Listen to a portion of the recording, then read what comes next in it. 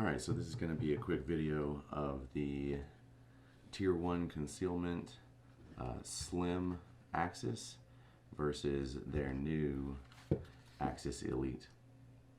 So I have been running this light capable Axis Slim for a little over a year and a half.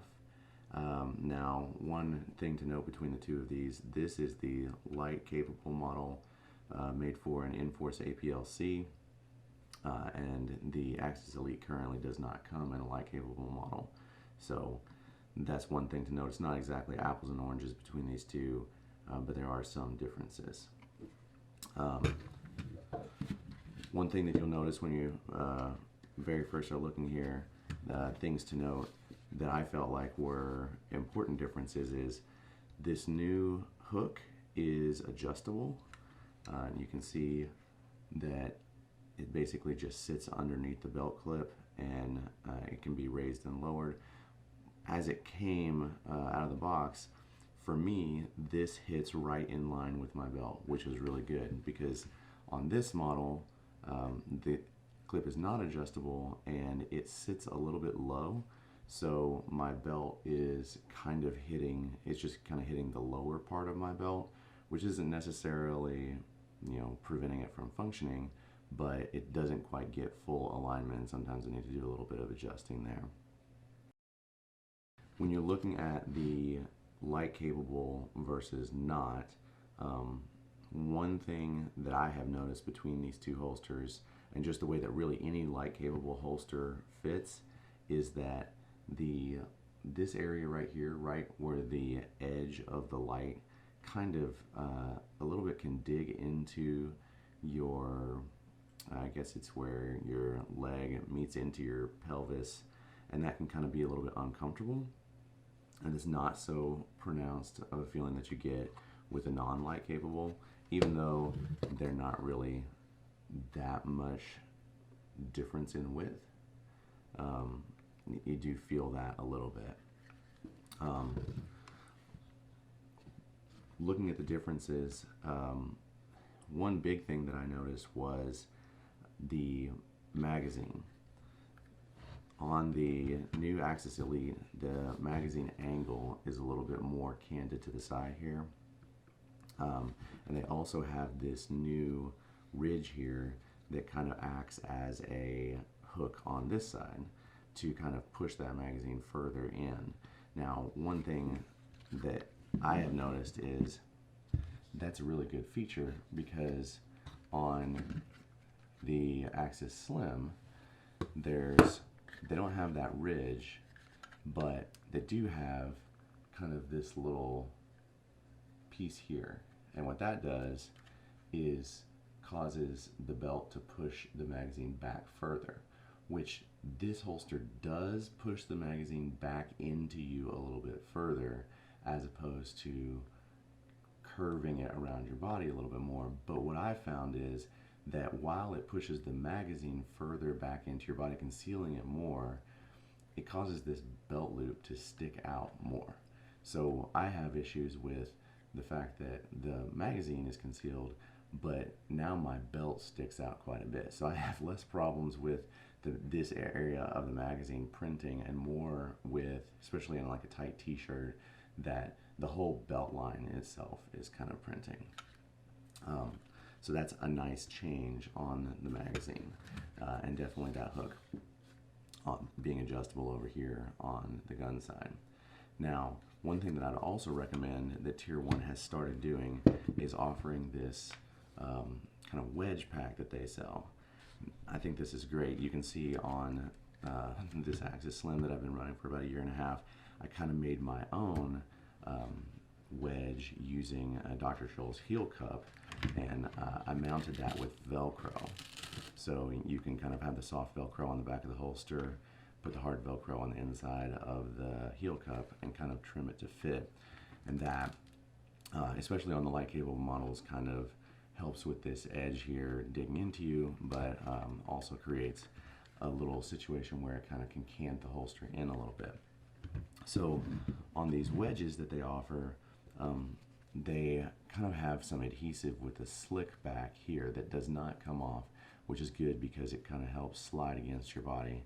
And then this side, you can remove the adhesive and stick it onto the holster as you see here. The foam compresses a little bit, but not a whole lot, which is good. One thing that I have noticed though is that these have to be a little bit narrow because of the area that they're mounting on. Compared to my little DIY heel cup method here, this is much wider. Granted, it's on the light bearing model, so it has more surface area to go against, but this, I'm using the medium wedge here, which works and does cant the holster in a little bit, but I think I would actually like to use a little bit larger wedge, but my concern with that is because this is so narrow, or more narrow, it puts a lot of pressure here. And so I can, even though this is kind of softer, I can feel this kind of digging into my pelvis a little bit. And so that's just something to kind of get used to. So I'm gonna run it this way for a little while to get used to the smaller wedge, and then, you know, determine if I want to move up to kind of this larger wedge. Another interesting thing on the new Axis Elite is here they have these new gussets, which they say are for stability. I'm not sure if maybe there was some warranty issues or things like that, that maybe magazine holster side pieces here were breaking, but that definitely adds more structural support to the holster itself. The Axis Elite is optic ready, optic cut, and also accepts suppressor height sights. That comes standard on all the Axis Elites. On the Axis Slim, you do need to specify that it is needing to be an optic or suppressor height sights, but I order all my holsters that way just because, you know, why not? It's not going to hurt anything to have that cut away a little bit more. The clips are still the same clips, which I like a lot. They're pretty rigid, yet still slim, and you still have the shock cord angling here, which is, I think, a very good way to keep the holster and the magazine pouch kind of angled into your body a little bit more. They have moved the retention mount here to the upper inside on the magazine pouch. Used to be on the outside here, which does make the overall holster a little bit wider, although I never really found that to be an issue because that little wing there kind of just tucks in behind the holster as well. Overall, I think that the Axis Elite is a really nice holster. I like a lot of the improvements that they've made, and seems like Tier 1 is definitely doing a lot of really kind of innovative thinking. Looks like maybe they are 3D printing their molds and then molding the kydex to that. You can see that here with the magazine hook ridge, as well as the Tier 1 imprint, the gussets, and the way that they're recessing this mounting block for the magazine pouch. So it seems like that they're doing a lot of thinking about how things should fit and how they should feel, and different ways that they can implement those features into the holster, which I really like, that they're kind of constantly thinking about that. Between the Axis Slim and the Axis Elite, if you didn't already have one of these two holsters, and you know, I don't know if they're going to be coming out, I would assume they're going to be coming out with light capable options on the Elite and more support for different guns, because there's only a small amount of guns that are supported on the Elite versus the Slim right now.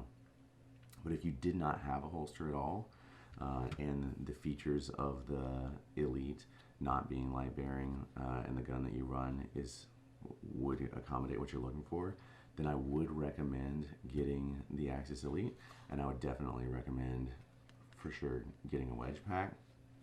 If you already have the Axis Slim, I wouldn't run out and get a brand new Axis Elite. I think that the differences are pretty subtle, and I don't think that you're really going to notice a huge difference between the two. So I would probably keep running your Axis Slim for now. So if you have any questions, be sure to leave a comment and like and subscribe to this video, and I'll keep producing new content for you. Thanks.